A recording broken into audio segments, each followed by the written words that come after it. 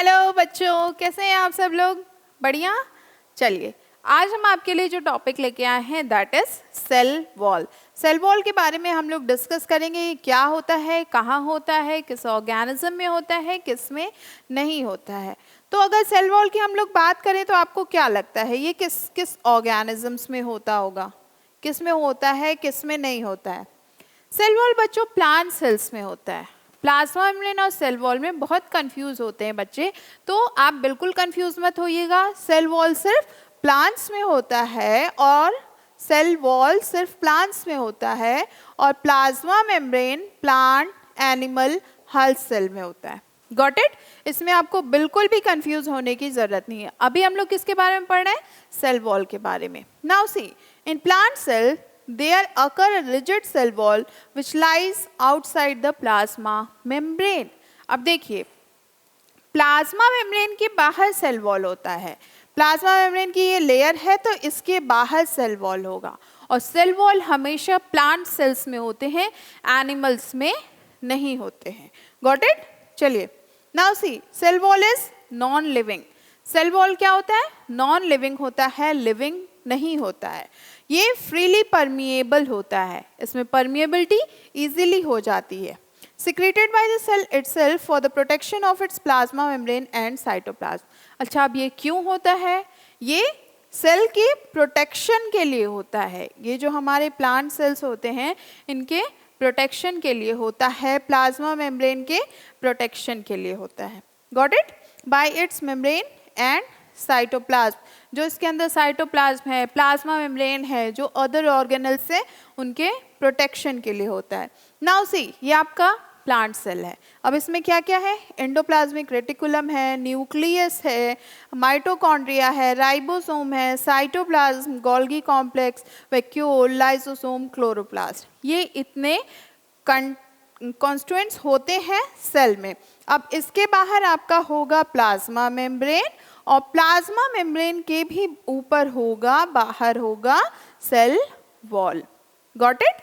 तो ये हमारा सेल वॉल के बारे में है। चलिए आगे देखते हैं। एक कवरिंग होती है ओवरऑल सेल पे। नाउ सी, ये क्या होता है, क्यों होता है, इसका फंक्शन। क्योंकि आपने देखा ये सिर्फ प्लांट सेल में है, तो सोचने वाली बात यह है कि ये प्लांट सेल में ही क्यों होता है। क्योंकि बच्चों एनिमल्स तो अपना प्रोटेक्शन खुद कर सकते हैं, मूवमेंट कर सकते हैं, बट क्या प्लांट्स खुद अपना प्रोटेक्शन कर पाते हैं? उनको कोई भी आता है काट देता है, उनको कोई जानवर खा जाता है, वो अपना प्रोटेक्शन नहीं कर पाते ना। तो उनके सेल्स को प्रोटेक्ट करने के लिए नेचर ने या फिर प्लांट्स ने अपने लिए एक सेल वॉल बना लिया। हालांकि फिर भी इतना ज़्यादा प्रोटेक्शन नहीं हो पाता है जितना रिक्वायरमेंट है, बट कुछ चीज़ें कर लेते हैं वो। Now see, it determines the shape of a plant cell and prevents desiccation of cell. ये क्या करता है? पहले तो उसको शेप प्रोवाइड करता है, they provide शेप प्रोवाइड करता है and prevent desiccation of cell. Cell का जो डेसिकेशन होता है उसको भी रोकने की कोशिश करता है। Made by fibrous polysaccharide carbohydrate known as cellulose. ये सेल वॉल किसके बने होते हैं? Cell wall is made up of polysaccharide. Polysaccharide क्या होता है? कार्बोहाइड्रेट। कार्बोहाइड्रेट में कार्बन होते हैं, हाइड्रोजन होते हैं, ऑक्सीजन होते हैं, ये सारे होते हैं। तो ये जो सेल वॉल है ये बने होते हैं फाइब्रस पॉलीसेकेराइड के, दे आर कार्बोहाइड्रेट, जिसे हम लोग सेल्यूलोज कहते हैं। Got it? Now plant cell wall contain tiny cellulose fibre called microfibrils. ये जो प्लांट के सेल वॉल होते हैं ये कंटेन करते हैं टिनी सेल्यूलोज फाइबर्स को, जिसे हम लोग क्या कहते हैं? Microfibrils. They are known as microfibrils, fix together by a mixture of polysaccharide. अच्छा, ये माइक्रोफाइब्रिल्स हैं तो इनको कैसे फिक्स किया जाएगा? जैसे पेपर होता है तो पेपर को स्टिक करने के लिए या तो स्टेपलर मार देते हैं या ग्लू या फेविकोल लगा देते हैं। यहाँ पे इसको स्टिक करने के लिए, इसको एक साथ फिक्स करने के लिए मिक्सचर होता है पॉलीसेकेराइड का, उससे ये फिक्स्ड होते हैं। Each microfibril is made up of thousands of cellulose molecules bound together by pectin and hemicellulose. अब सोचिए ये इतने छोटे माइक्रोफाइब्रिल्स हैं, ये किससे बने होते हैं? ये माइक्रोफाइब्रिल्स जो होते हैं ये बने होते हैं thousand of cellulose molecules, that is 1000 number में सेल्यूलोज मॉलिक्यूल से ये बने होते हैं और ये बाउंड होते हैं पेक्टिन और हेमीसेल्यूलोज से। Got it? तो ये है आपका पूरा सेल वॉल के बारे में। सबसे पहले ये क्या करते हैं, ये डिटरमाइन करते हैं शेप को प्लांट सेल के और प्रिवेंट करते हैं सेल के डेसिकेशन को। दूसरा, ये बने होते हैं पॉलीसेकेराइड से। पॉलीसेकेराइड आपके कार्बोहाइड्रेट होते हैं जिसे हम लोग सेल्यूलोज भी कहते हैं। कार्बोहाइड्रेट क्या होता है, कार्बन हाइड्रोजन ऑक्सीजन का कॉम्बिनेशन होता है।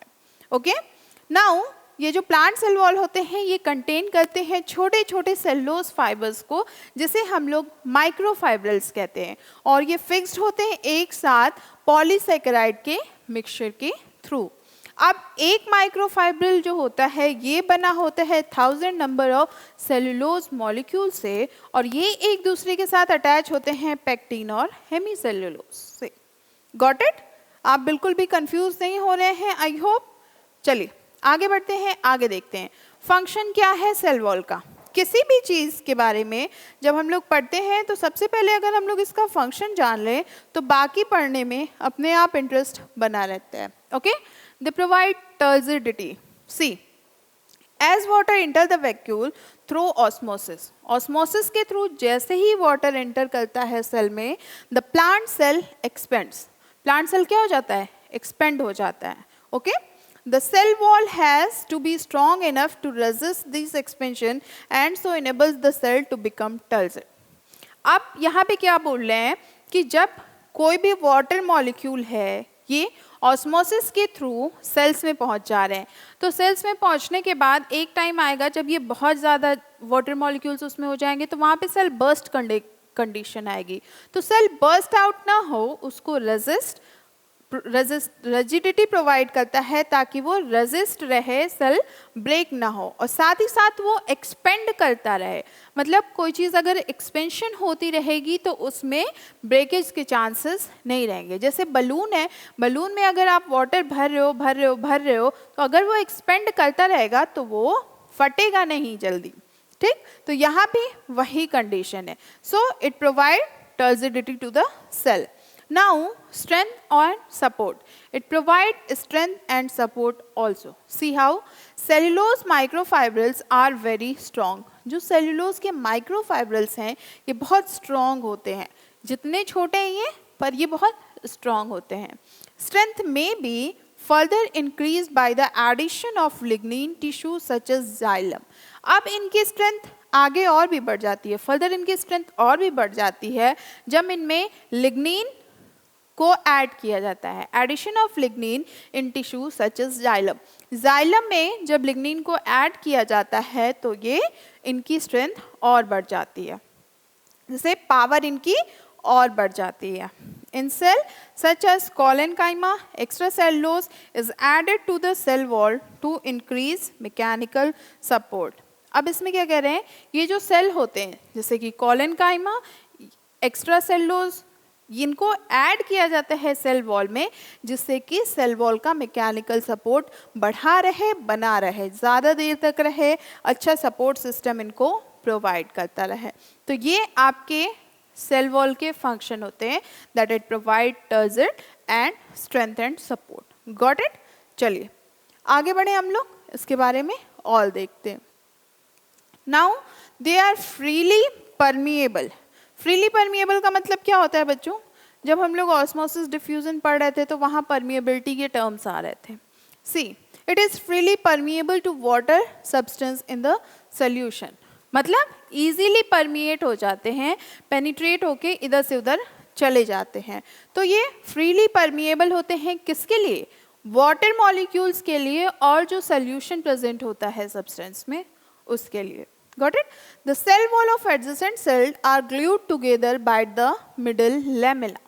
तो ये जो सेल वॉल होते हैं एडजेसेंट सेल के, ग्लूड मतलब ये चिपके होते हैं एक दूसरे के साथ by the help of middle lamella. Middle lamella is a jelly like substance made up of calcium and magnesium pectate. Middle lamella किससे बने होते हैं? तो ये middle lamella jelly like substance होते हैं जो कि बने होते हैं कैल्शियम और मैग्नीशियम पेक्टेट के। ये भी आपके किसी कॉम्पिटिटिव एग्जाम में पूछ सकता है कि मिडिल लैमेला किस चीज़ के फॉर्मेशन से बनता है। तो मिडिल लैमेला कैल्शियम और मैग्नीशियम पेक्टेट के मिक्सचर से फॉर्मेट होता है। Narrow and pores, pipette fine strands of cytoplasm. उसके बाद दैट इज प्लाज्मोडेमाटा आर पास। इसका मतलब ये है कि गड्ढा बनता है यहाँ पे। पिट्स का मतलब क्या होता है? गड्ढा। बाइपिट्स फाइन स्ट्रैंड ऑफ साइटोप्लाज्म, यहाँ साइटोप्लाज्म के पिट्स होते हैं जो कि पास हो जाते हैं। These intracellular connection allow exchange of material between the living cell content. अब ये क्या हेल्प करता है? ये पोर्स की हेल्प से जो भी इनसाइड आउटसाइड सॉलिड पार्टिकल्स हैं, लिक्विड हैं, वाटर मॉलिक्यूल्स हैं, अदर सब्सटेंस हैं, मटेरियल्स हैं, इनको ट्रांसपोर्टेशन में इजी हो जाता है, एक्सचेंज कर लेते हैं ये। These intercellular connection allow exchange of material between the living cell and content. यहाँ पे एक्सचेंज हो जा रहा है मटेरियल का। जैसे क्या होता है, कभी कभी अगर किसी ने आपसे मान लीजिए आपकी पेन ली है, तो अगर उसने आपको पेन नहीं दे पाया या आपको वो मनी नहीं दे पाया, तो उसकी जगह वो आपको कुछ और दे सकता है। लाइक कोई पेंसिल दे सकता है, कोई अदर गिफ्ट दे सकता है, या फिर कुछ अदर आपको पार्टी दे सकता है। तो यहाँ पे क्या हो रहा है? एक्सचेंज हो रहा है एक दूसरे से। सेम ऐसे ही यहाँ भी हो रहा है कि सेल्स के बीच में एक्सचेंज हो रहा है मॉलिक्यूल्स का, मटेरियल्स का, सब्सटेंस का, वाटर का, सॉलिड है, लिक्विड है, इन सब का। ठीक है, तो ये इजी बना देते हैं हमारे जो पोल्स हैं, पिट्स हैं, एक्सचेंज में। Got it? तो ये आपके मेन फंक्शन हैं सेल वॉल के। Now come to the plasmolysis. अब प्लाज्मोलिसिस क्या होता है भैया? जरा सोचो तो ये क्या होता है, और नहीं सोच पा रहे हो तो हम बताते हैं ये क्या होता है। When a living plant cell loses water through osmosis, there is a shrinkage or concentration of the protoplasm away from the cell wall. जब हम लोग क्लास में पढ़े थे कि सेल वॉल जब वाटर कंटेंट को लूज करने लगता है ज़्यादा, तो वो क्या होता है? श्रिंक करने लगता है ना, श्रिंकेज होने लगता है, क्योंकि उसमें कंसंट्रेशन ज़्यादा होने लगता है। क्यों? लिक्विड मॉलिक्यूल्स उसमें से जाने लगते हैं, तो सॉलिड पार्टिकल बस बचता है, तो वहाँ पे हाई कंसंट्रेटेड हो जाता है। इस वजह से क्या होता है कि सेल में श्रिंकेज आने लगती है। ओके, तो जब लिविंग प्लांट सेल वाटर को लॉस करने लगते हैं ऑस्मोसिस के थ्रू, तो यहाँ पे श्रिंकेज होने लगता है, या फिर कंसंट्रेशन जो होता है प्रोटोप्लाज्म का, ये बढ़ने लगता है। ओके, नाउ अगर हम लोग एक एग्जाम्पल की बात करें तो देखते हैं, तो अगर किसी लिविंग प्लांट सेल को अगर हम लोग कंसनट्रेटेड शुगर सोल्यूशन में इमर्स्ड कर दें, तो concentration of water molecule inside the cell wall will be higher than the outside. जो कंसंट्रेशन होगा वाटर मॉलिक्यूल का सेल के अंदर का, वो ज़्यादा होगा बाहर से, है ना। सेल के मॉलिक्यूल के अंदर का कंसंट्रेशन ज़्यादा होगा क्योंकि वहाँ पे कंटेंट ज़्यादा अवेलेबल है। So that water will move by osmosis from the higher water potential inside the cell to the lower water potential outside. अब क्या होगा? हाई से हमेशा लो की तरफ जाता है, तो यहाँ भी सेल से लिक्विड मॉलिक्यूल्स बाहर जाने की कोशिश करेगा, खुद को इक्विलिब्रियम में लाने की कोशिश करेगा। The cell content will shrink away from the cell wall and it will be plasmolysed. अब क्या होता है उसके बाद?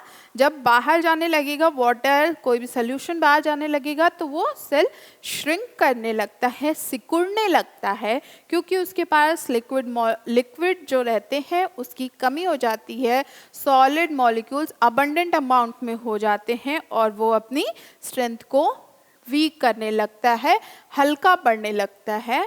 यही प्रोसेस होता है प्लाज्मोलाइसिस का। सी, ये नॉर्मल सेल है आपकी, ये सेल वॉल है, ठीक है। Cell wall showing concentration of cytoplasm.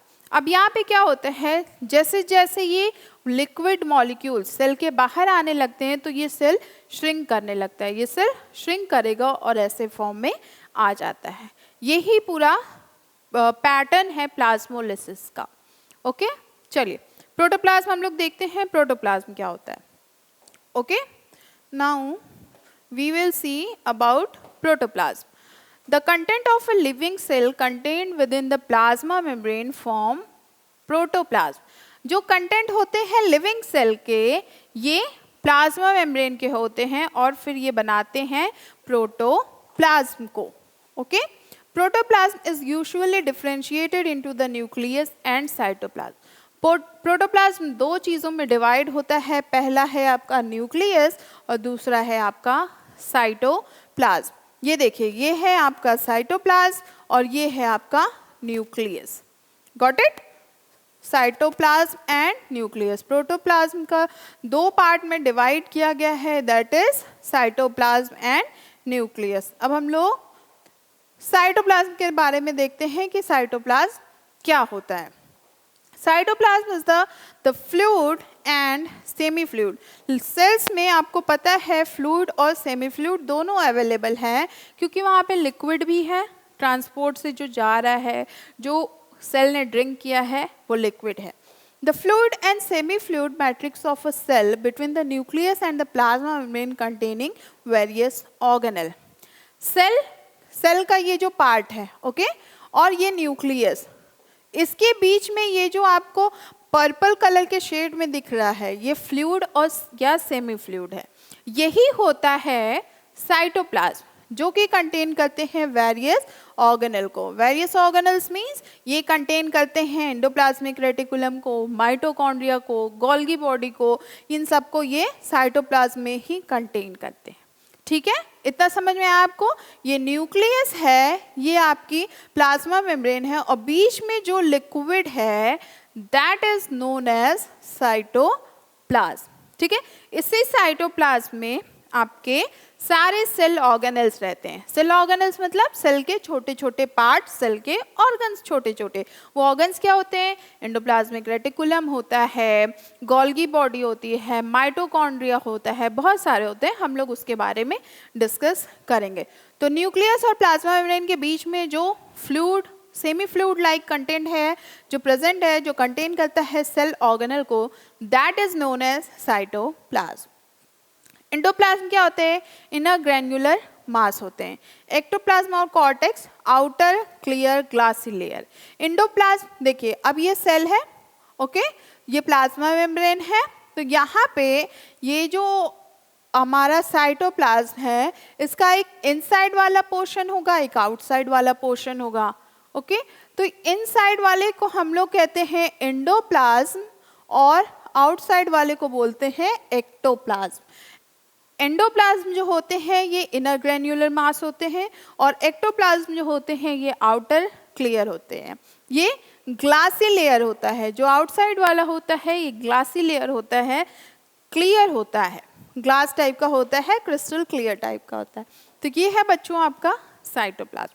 ठीक, चलिए आगे हम लोग फर्दर नेक्स्ट क्लास में देखेंगे। अभी के लिए आपको कोई प्रॉब्लम हो आप हमसे इजीली पूछ सकते हैं, कोई डाउट हो आप ज़रूर पूछिए हमसे। पर हाँ, याद रखिए किसी भी कॉन्सेप्ट को आप अधूरा मत छोड़िए, अधूरा छोड़ेंगे बाद में प्रॉब्लम हो जाएगी। तो हर एक छोटे छोटे कॉन्सेप्ट्स को क्लियर करेंगे, जितना अच्छे से समझेंगे उतना आपके लिए ईजी होगा।